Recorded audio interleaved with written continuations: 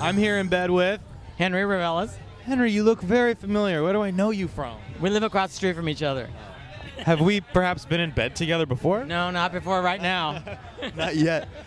So we're talking about HIV and the spread of HIV and also just kind of general awareness. And do you think that the general awareness has evolved over the years in the way that we talk about it? I think so. I think it's spread out to the straight community over the years, and so they're like more aware of it.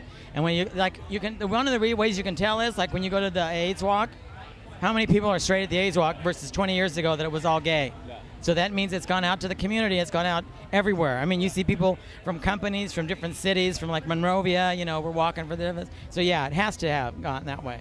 And do you think on a smaller level people are walking the walk? Do you think that in everyday life, like in your own community, that people are practicing safe sex? I think there's still a bunch of group of kids that don't understand how serious it is because they didn't go through the poor enough time where they lived and watched people die.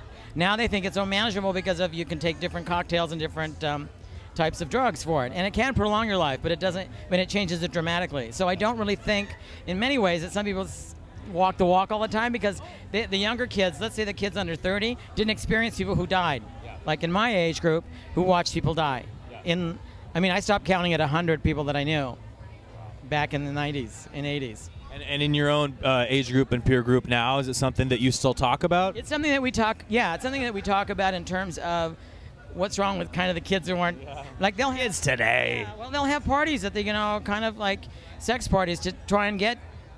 Become positive so you don't have to think about it. They think it's, well, if I get it, then I'd think about it because there's cocktails and I'll be okay. Yeah. So there's a lack of really understanding the depth of what it means, I think, in a fragment of the society, our gay society. Because you'll see that are people that STDs have gone up, and you're okay, if that's gone up, then so does HIV has gone up. That's why we're here today. Yeah, that's what's going on now. So what else do you think we can do to spread the word? You just got to keep on going with telling people that it's not as cavalier, not to be as cavalier about it as they think it is, and I don't know how to do that other than saying, maybe showing things that this is what it was like then, and this could be what happens to you. Yeah. So don't take it, it's manageable like, a cancer, which isn't, you can go into remission from it because you can't really, it's constantly, even if you are taking your cocktails, it's constantly still working against your body. So.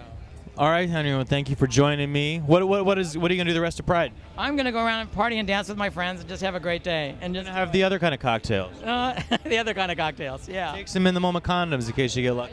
Yeah. Give them to your friends. All right, good to see you, Matt. Thanks a million. Bye.